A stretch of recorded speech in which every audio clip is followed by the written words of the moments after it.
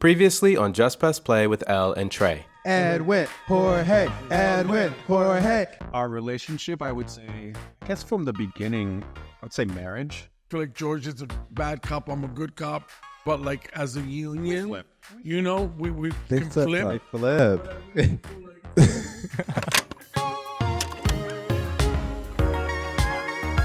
Hi, welcome back to another episode of Just Press Play. We're Elle And Trey. and we're joined today with our favorite friends, CEOs and owners of Good Head Barbershop here in Hell's Kitchen and the location in Chelsea.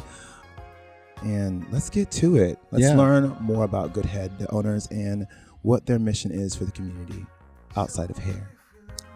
Yeah, so today we're talking, in a sense, about a form of self-care that you might not necessarily constitute as a form of self-care, but a haircut is a simple act that actually I researched dates all the way back to ancient Egypt. And it has the ability to make us feel fresh, powerful, beautiful, and other things. But here's the thing. As a gay person walking into a typical barbershop, many of us are robbed of that which should be a moment of self-care. I don't know about y'all, but I'm a 37-year-old gay man and I've tried the code switching to escape the harassment of straight men, but girl, it don't work. And that's why this queer-owned barbershop is more than just a place to get your hair trimmed. It's a safe place where we don't have to feel like we have to shrink ourselves or feel judged. And today we're going to dive into what that means for our community. I remember, I used to live in Hell's Kitchen, actually. I live in Harlem now, but I remember walking, I believe it was near Temple on 49th Street, and seeing a sticker on a lamppost that just said Good Head, and it also said handsome. And it was, I believe now, a picture of you two. And I remember looking at it and being like, girl, is this an escort service or a bar? I was like, I don't know what it is, but either way, I'm I thought intrigued. it was a bathhouse. Yeah. Or bathhouse. Because it said Good Head, and I was like, well, let me open the door. That's part of the lure. It's the intrigue of the name. Yeah. Can you tell us about how the shop came to be, like the story of, you know, its creation, including how you came up with the name? Start from the very beginning because I want to hear a story. Yes. Tell us a story. The name I feel like came to me from my ex-boss. We worked for Miles Martinez at Freeman's Barbershop, and he went on to open Tufts.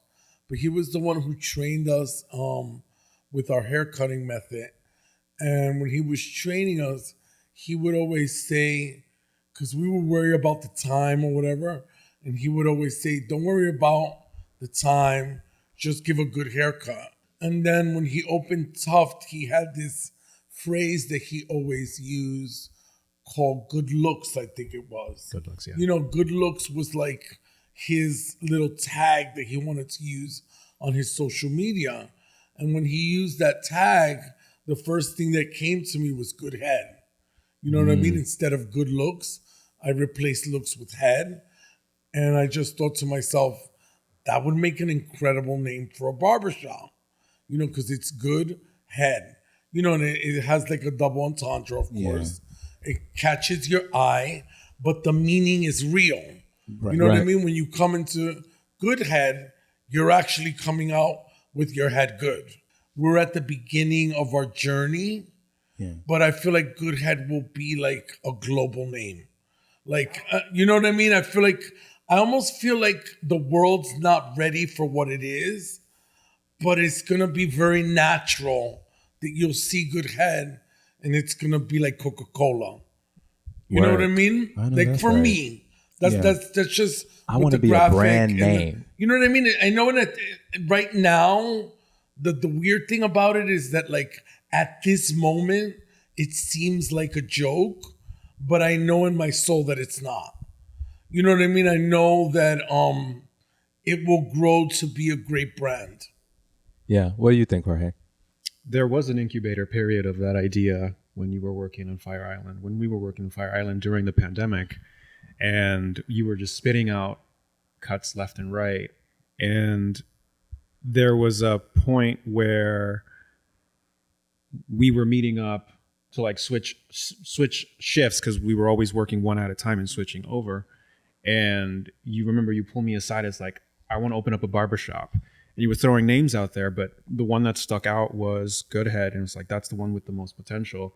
Not only because of its double entendre, but also because you walk out with a good haircut, but also it speaks to the power of how people are comfortable, how clients are comfortable having conversations with your barber, having these like conversations where they get to unload themselves and just like have a frank conversation about life, about whatever.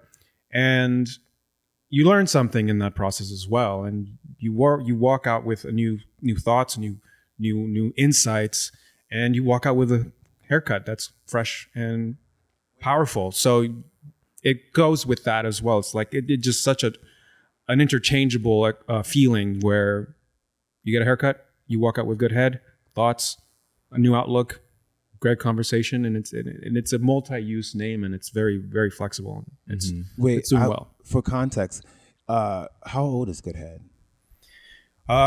We established in 2021. What? In 2021, yes, November of 2021, Chelsea was opened. Yeah, that's the year. Definitely, I saw that. Yeah. That sticker on that lamppost. Yeah. So you've been open for almost 4 years, and you already have 2 locations.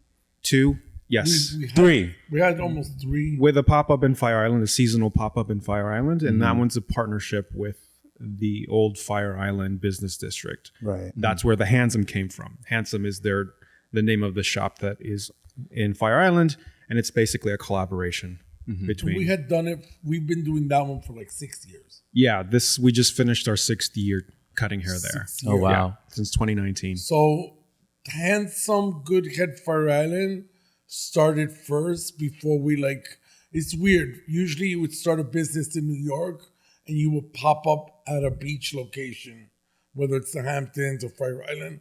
We came backwards. Yeah. We actually started in Fire Island, and Good Head is a creation of Fire Island.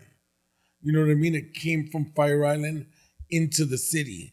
So when we opened, what happened was, this is the story. Pandemic happened, and the restrictions for cutting hair were lifted a lot sooner in Long Island. So the summer of pandemic, we opened the barbershop, I think in June, and you still couldn't get haircuts in the city. So me and George went that summer. I went first, my boss didn't want to go any. That's another story for another podcast, but my boss had started it. They came to me first and they said, would you want to cut hair on Fire Island? I said, no. If you get my boss involved, I'll do it, and we'll alternate barbers. So for the first year, he did it, and I was involved to put it all together. But then he got COVID. So the following summer, he's like, I'm not going to Fire Island, and I don't think you should go either. He's like, the gay guys don't know how to social distance. So I have, We don't. We don't. It's true though. They know how. They just don't want to. Understandably, he was nervous. He got hit really hard by COVID, so of course He was there on a was grounds ventilator. for concern on So that. I knew Yeah, that. for us. Yeah, he got really sick. He Yeah. made it out of the ventilator, but he was really sick. And I remember thinking, I put this whole situation together. I don't want to lose it. And so I decided to go that summer. And I started cutting from June through August. So we cut everybody on Fire Island, plus guys that came on the ferry to get a haircut with us. So by the end of pandemic, we had accumulated a 2,000 person client list. And that's how we knew the following year that it was time for us to open Good Head. That's Right. amazing. But That's it a came sign. from the pandemic. Interesting. When you originally opened, when you opened a Good Head, did you seek out to make it a queer barbershop or gay barbershop right away? Or did you just we're just opening a barbershop, these people will come? I feel like I know the answer, but what was your vision? Queer. Yeah. For me, it was when I went to work for my boss, it was a higher end sort of barbershop, and it was kind of like a whiskey barbershop with like a lot of wood and like very bro-y and like football games on Sundays. And but it had a nice community. Sort of like when you go to the hood in the black barbershops or the Latin barbershops, there was community. And I thought to myself, and it was nice haircuts. The prices were a little elevated, but it was really nice haircuts. And I just thought to myself, I wonder why gay people don't have this. You know, I just thought to myself, it's really weird because gay guys really like to keep up with their look and they like nice things. Why hasn't anyone come up with a higher end barbershop? Yeah. It didn't make any sense to me. For the girls. You know for what I the mean? gays. Yeah, it yeah. made no sense to me. And I thought, I can't believe that I'm one of the only queer barbers here.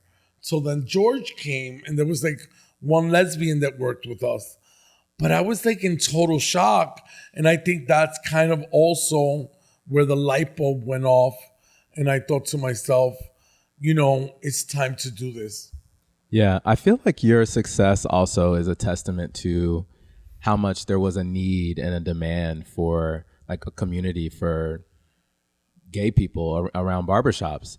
Like you talked a little bit about how going to a barbershop, you don't necessarily feel the most comfortable if you don't feel like there are your people in there. Like if it's so heteronormative or the culture of the people is different than yours. I'm wondering what drew you to barbering specifically? Like, was it the craft of cutting heads? Was it that community aspect, or was it some combination or something else entirely? For me, I'd like to say that it was a stepping stone. No, I'm talking too much. I want George to talk tapping in and out. No, it's right. It's great. For me, how I found barbering was first as a client of the barbershop that Edwin and I ended up becoming apprentices at Freeman Sporting Club. And Which was the highest. Yeah. It was the chicest thing at the time. They had their own clothing line. Yeah, They, it was like super cool. Yeah. And you know, it was a very, very small barbershop. And at the time I was working in tech. And I was a client of that shop. I believe it's for about a year and a half before I started noticing the craft and the interactions between the barber and the client. And then at any given moment, depending on the energy, the whole barbershop was involved. It was a pretty small shop. So a conversation could spring up, and then everybody would be involved. And I thought there was magic in that. And I was, at the time, I was thinking, well, I'm getting tired of staring at a computer for 13 hours a day. I want to change to something else. I just don't know what it is. What'd you do before? I was doing production design for tech companies. I lived in San Francisco, and in that time I had a career in tech. And when I moved back to New York, I already had the thought in my head that I wanted to switch it up. I wanted to go some other direction. I just didn't know what. So at the time I thought cutting hair would have been that sort of intermediate step to whatever it is that I wanted to go towards. And so I started asking my barber at the time what the process is. And he was giving me the ins and outs, yada, yada, yada. And then 6 months after that conversation, I became an apprentice of that shop. And within about a month after, Edwin had started cutting hair as well as an apprentice. So we were both the one of 3 queer barbers in that shop. And it was great. It was wonderful. And I didn't necessarily feel like I had to adjust my behavior. I think everybody was welcoming and everybody was definitely interested in our story, because you would see how curious they were when it came to our stories. Like, oh, I went out this night, or I hung out with some friends, and they're, oh, really? Tell us. Like, they're like, we don't have a life. We're straight. What are y'all doing on the weekend? Yeah, and I felt welcome from day one, and it just, it was a wonderful experience. Yeah. Have you ever had a bad haircut? Either of you had a bad haircut at a straight barbershop? What was that like? It's part of our trade to have a bad haircut. Like a bad hair day, it happens, and it's a lot of the times unplanned. But I mean, not that you cut, like personally that you got. That I got? Yeah, oh, absolutely. No, your haircuts are perfect. Oh, you cut absolutely. my hair. I was traveling in Colombia before I started cutting hair, and I knew early on that I needed to have a photograph just to get reference and just show the stylist or Yeah. barber what I wanted. Because like a lot of us don't know I don't know how to describe what I want. That's the prize about coming here. I was like, just, make these lines the way they look supposed to look. Or back in the day, because I've had this for a long time. But I would bring a picture do it like this. Yeah. That's the best way. Yeah, that's the best way. It's an open the best dialogue way. between the stylist and the client. There's like, this is what I'm going for. And then in that conversation, you ask, well, is this the same hairstyle you have? Is this the same hair texture? And you just try to meet somewhere in the middle and try to agree on something. But I also always want the girls to be like, do what you think is going to make me Love look that. best. That's I not don't. I mean, like, helpful. I'd be like, be an artist. Just do. make it look good, damn it. Be an artist, and I'll maybe pay you if I like it, or I'll complain.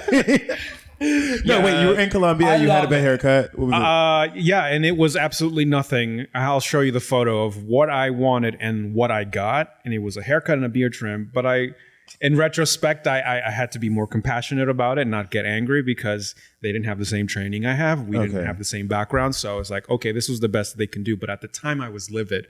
I actually went back to wearing caps and I hadn't worn a hat in decades. Starting that moment. It's like, I Livid. can't do this. I love the word livid. can't do this. He wasn't mad. Bitch, I was livid. Can you imagine paying someone being livid? Like, here's your $20. Especially I was like in Colombia and I was just like, I'm meeting so many beautiful guys. And I'm like, oh my God, how am I going to present myself with this mop? They can be, oh, you went to so-and-so, didn't you? I did. I went to so-and-so's and got a who's he what's it. Well, yeah. Wait, have you ever had a bad haircut? I did. I remember it was like I was a teenager, and I was trying to save money, and I went to the barber school. Yeah. And I got zeked, and I it's a- left. And it's weird because I shouldn't have done that. What is Zeke? Because Zeke is when they like give you Make like you a all bad, up, yeah. a bad haircut. Okay. And when you're a teenager, especially me, I was like very about my looks. Very. So I'm upset that I did that because I paid hard for it. You know what I mean? Like when I came out, I was literally crying. I cried.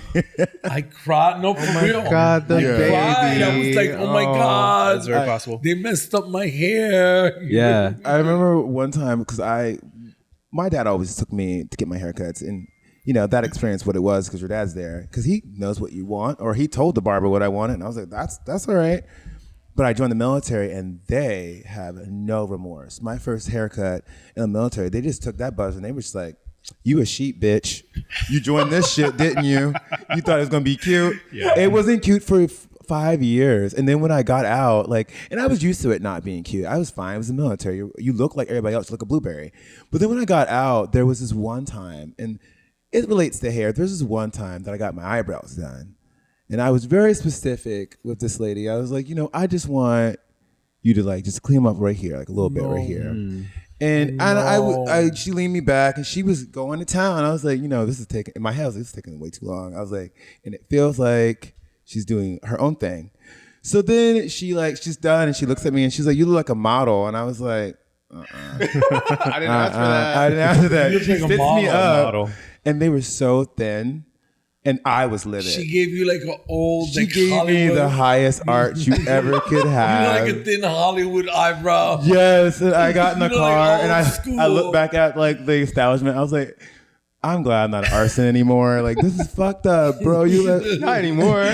I don't start fires no more, but this is where I would start a fire. She gave her Greta Garbo. And then there was times when I've gotten Garbo. Yeah, it was crazy. And there was times that I've gotten asked. I stopped asking for hairlines a long time ago, but I've gotten hairlines, and I don't know. Some people get razor happy, and I've got nicks and cut. I'm like, damn, I paid for surgery today for cheap. I've definitely had where they got you looking like Willie way back, and it's crooked and it's pushed the fuck back. I was like, I trusted you.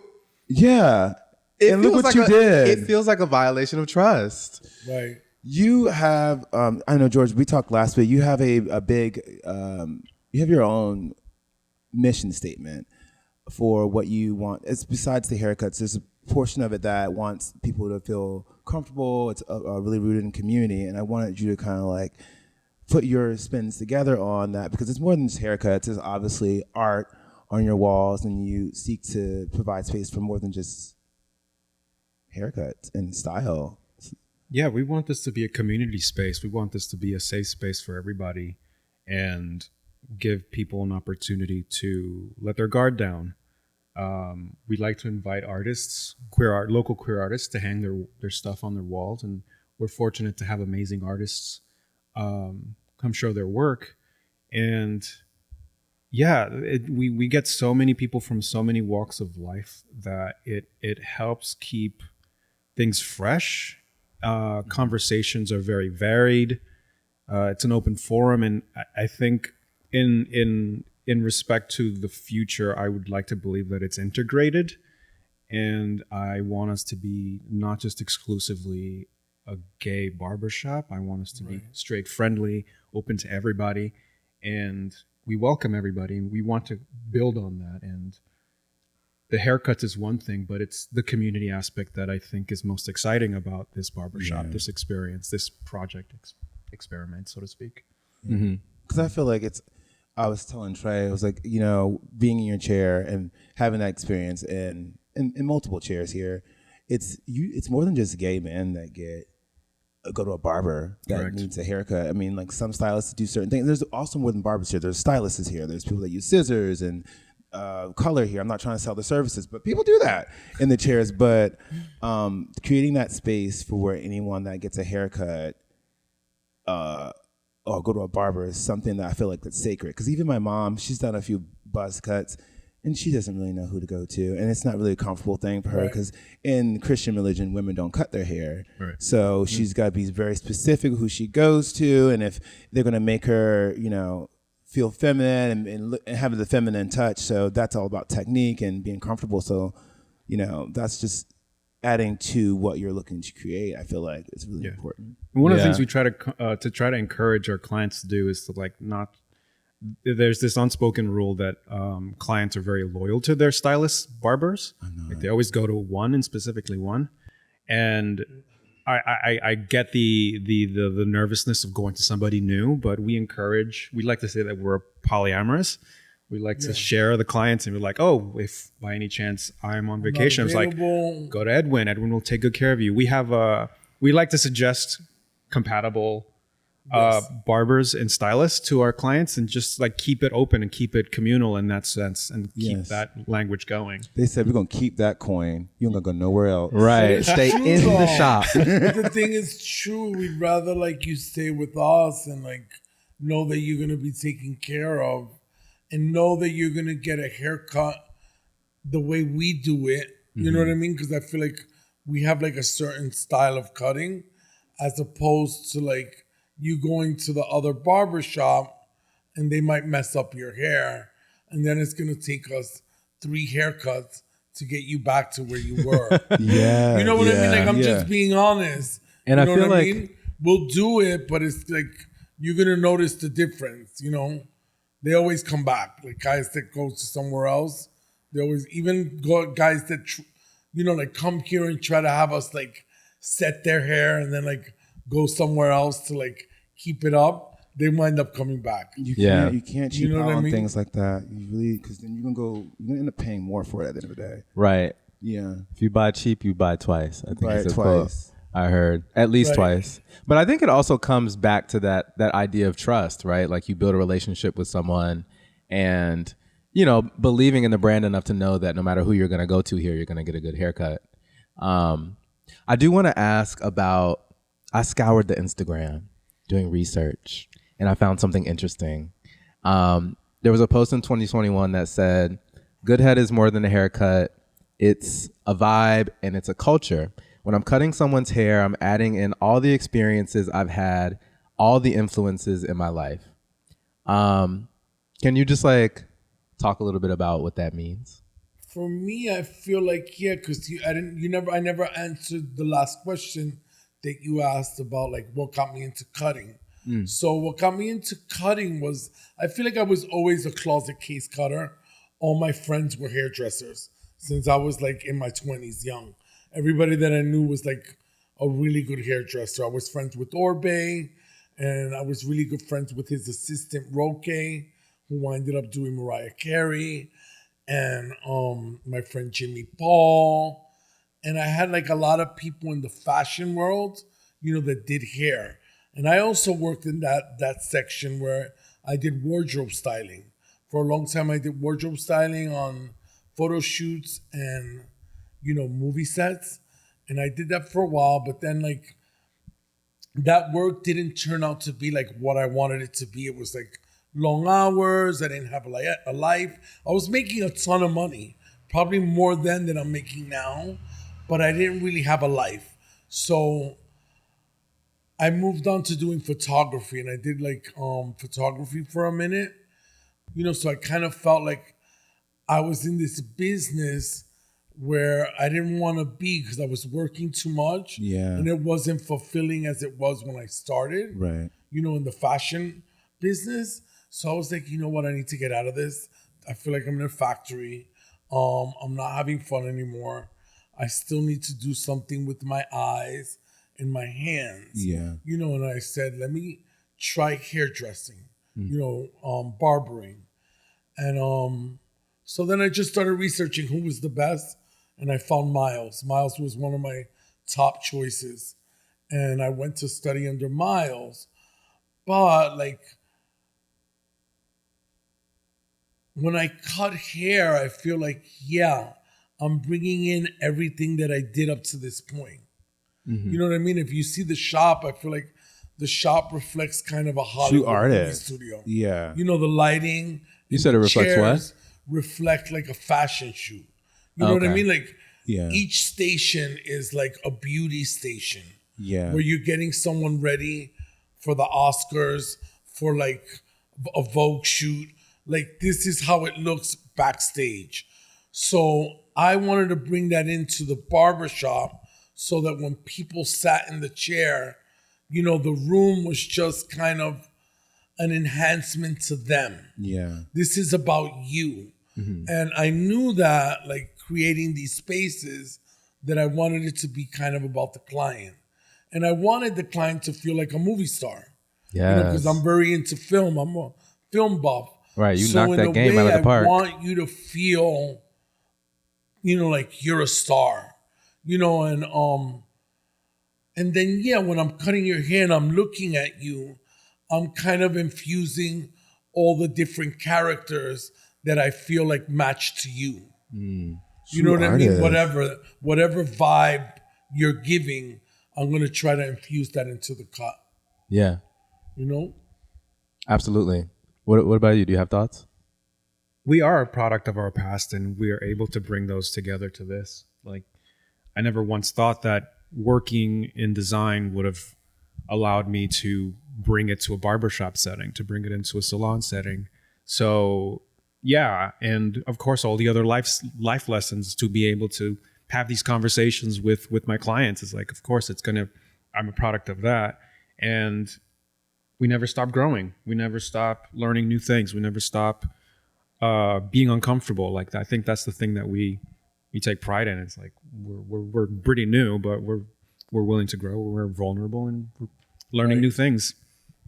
Is there any story between the two of you individually that sticks out where someone was so happy or so pleased? Did you change someone's life? I know you have. So we get a lot of clients that just reach out, and it's like, I wasn't expecting to get this many compliments, and then they go out of their way to tell us this, and it speaks to the success of the haircut and the collaboration, because it's a collaboration where like a lot of people are vulnerable and they place their trust on us, and we do the best that we can to give them a haircut that meets their needs. And to see that feedback it's wonderful. It's empowering to see like, oh, I've never had this many compliments. I feel so powerful.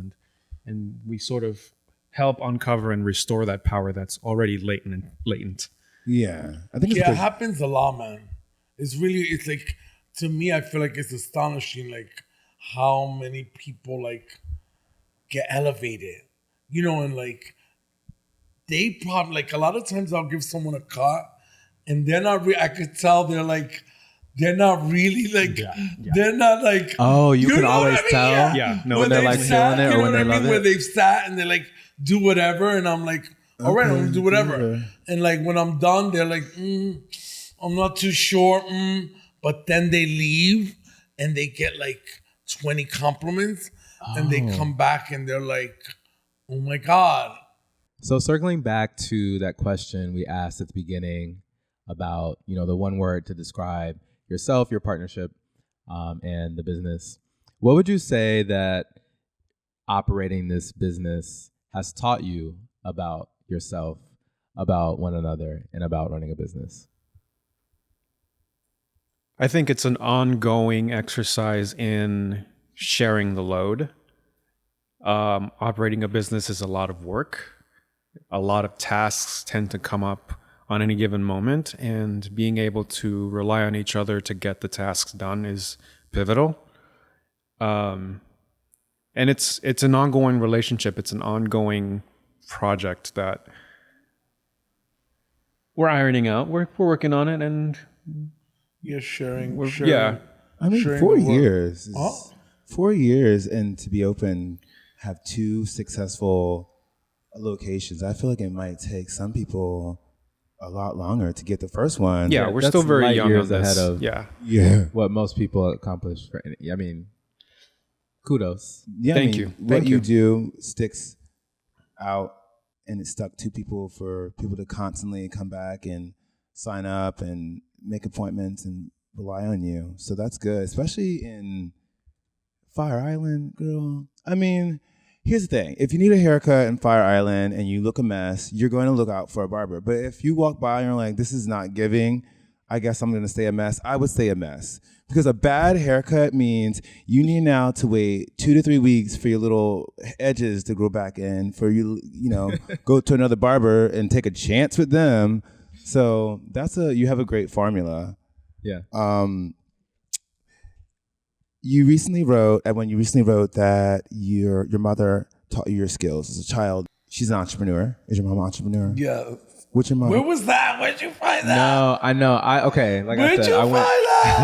I love that. I went on Instagram and it was like actually a beautiful tribute to your mother that Oh, wow. that you wrote about how it was a little more complex in that you had mixed feelings about how she was an entrepreneur as Yeah. well. And that led her to working so much to where she wasn't necessarily always around. Right. But that you also later in life realized, she taught you how to count money. Right. Like she taught you how to pay bills at a very young age. Very young.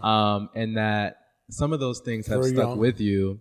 And I guess I was wondering if you feel like your entrepreneurship now is kind of like carrying on her entrepreneurial spirit. It is definitely. It definitely is. At first, I resented her when I was young because I was like, oh, she works too much. She doesn't have time for me. I was like very selfish for her time. And, but now as I grow older, I feel grateful for the skills that she taught me, and the things that she showed me. Like as a kid, what I used to play, my game was paying bills. Oh my God, I love that. I used to play that same game. Yes, I hate that I have to do it It's for so real now. crazy because now, even when I write bills, as much as I don't want to let the money go, I love sitting down writing checks. I used to take my It's dad's so old crazy. checks. It's so crazy. I don't write checks anymore, but I used to take my dad's old checks. The bank used to return them, right? I know. And I would take them out, and they had to my parents had to gather all the checks up and put them. I would take them to school. I would take them to my grandma's house. People used to know my parents' business. I was like, I'm writing checks, bitch. Yeah, I used to play the I same used to game. write checks. I sat and my wrote God. checks. And Don't enjoy it as much anymore, right? You're like, fuck, I gotta pay rent. Are Right, you I was like, serious? Now you see the money flying away, so you don't enjoy it as much. Right. Like I wish this was just a game. I know. I wish it was just I wish this was a game. in my But yeah, favor. it was good. It was good to see. My mom was ahead of her time because she was like a Latin woman, and she came to this country as an immigrant, and she was a little crazy too, because she was in business and she was buying real estate and she was doing all this stuff that single mom. Men, for a long time, women couldn't have a bank account. Yeah. You know what I mean? it's not too. So things you It was or don't Yeah. not about, too yeah. long ago. Your dad or your husband had to sign for you That's so to be able crazy. to have a card, like credit card or a bank account. How we loved making people less than. What would I do if I didn't have a dad But or a like, to husband? be honest, even today, nowadays, like it's 2024, and there's people that won't vote for a female president because Right. it's a woman. Right. Just because Which she's is a woman. just because it's a woman, other women will not vote for you, and I find that insane. Yeah. It also opens up the ideology, which it shouldn't be. It shouldn't be a closed thought process anyway. But like, women can do everything. Everything, Everything. You know what I honey, mean? they raised us. You know what I mean? Like To produce a women whole raised- body inside of your body. That's what I'm right. saying. That's Women raised us. I would be the that's worst. power. First of all, 9 months of no drinking. My baby's gonna be messed up. Oh no! Oh no! I think you have the last question. Okay, so here's the last question. Finish this sentence. Every good barber should know that.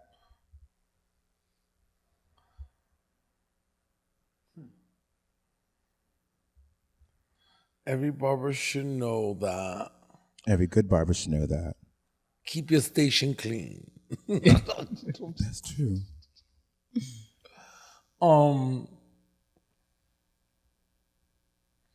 Every good barber should know. That it's just hair. It's just hair. We're not saving lives. We do the best that we can, and we hope that communicates to the client. And the hair grows. I like that. Beautiful. For me, it's a little more like. I feel I know you're gonna think I'm crazy, but like I feel like No. every good barber should know that it's a sacred thing. You know what I mean? It's like, in a way, it's just hair too, but it's also like the crown. It is a very intimate experience. You know what I mean? It's like, it's like not a lot of people get their head touched. Yeah. You know what I mean? You're touching someone's head, and you're also like, you're taking care of them.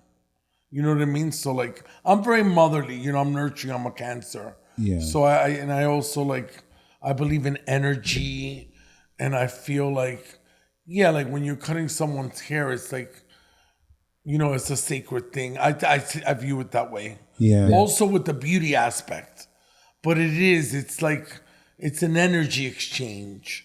It's like you're taking stuff off them. Yeah. You know You're what I taking actually like a lot of weight off to like.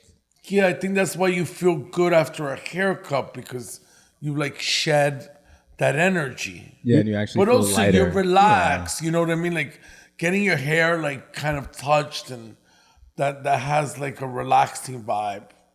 You're shaping someone's first impression. That's Theoretically, because a lot of people, especially during the summertime, a lot of people, they come in on a Friday, baby. They say, it's hot girl summer. I'm about to go out to the Kiki, and I'm going to look fresh. Fridays are hard in Hell's Kitchen and in New York general to get a haircut. If you're looking for a haircut without an appointment on a Friday, honey, stay home. Stay home, go out, and you do it on Saturday morning when the girls are asleep. And yeah, it'll be all right. It's just hair. It's just hair. But you just might hair. want your It's just look, hair. though. You might want your look, though. You never know. But it does help. It helps. It helps. How? It helps. You don't see people putting on crusty ass wigs to go out. No. Well, This has been a lot of fun. Is there any last thoughts that you have for your clients, future clients? If you ever want to look back on this interview again, like any last thoughts? Thank you for trusting us with your hair. It's a very vulnerable state, but we welcome you every time, and we hope to keep serving you. Yeah, the same. I just want to thank all our clients, the ones that are with us, the ones that are coming. I feel like this space is for everyone. You know what I mean? That's the other thing. I feel like this is your home away from home, too. It's a space that we created for our community. In my dream, like, I always have the dream, like, that guys will meet here. You know what I mean? Like a love you know, story, barbershop love just story. like I have a That sounds love like a story movie. tree. Love story. I do. That is yours too. That's kind of my story too, though, because I met my partner at the barbershop. Oh, wow. He came in as a client to one of the other barbers that I work with, but now he's my husband. You better flash that ring right. with the diamonds. Right to the camera, like, ow.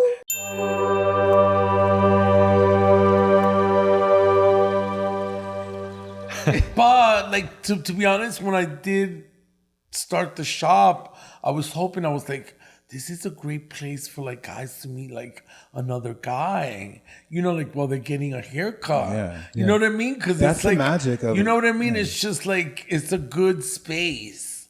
You know what I mean? It is, because whenever I go to the straight barbershop, well, I don't go there no more, but I used to have to like remove my eyes, because you know how like when you turn barber turns the chair and like the mirrors, depending on how their face, you can lock eyes with someone. I'm like, you looking at me? I don't know. I love the eyes. Honestly, the last time I went to a barbershop, the last time I went to a barbershop, I just needed to get like a shape up, but it was the other way around, honey. He was like, shaping you up? He was like, let me make sure, exactly.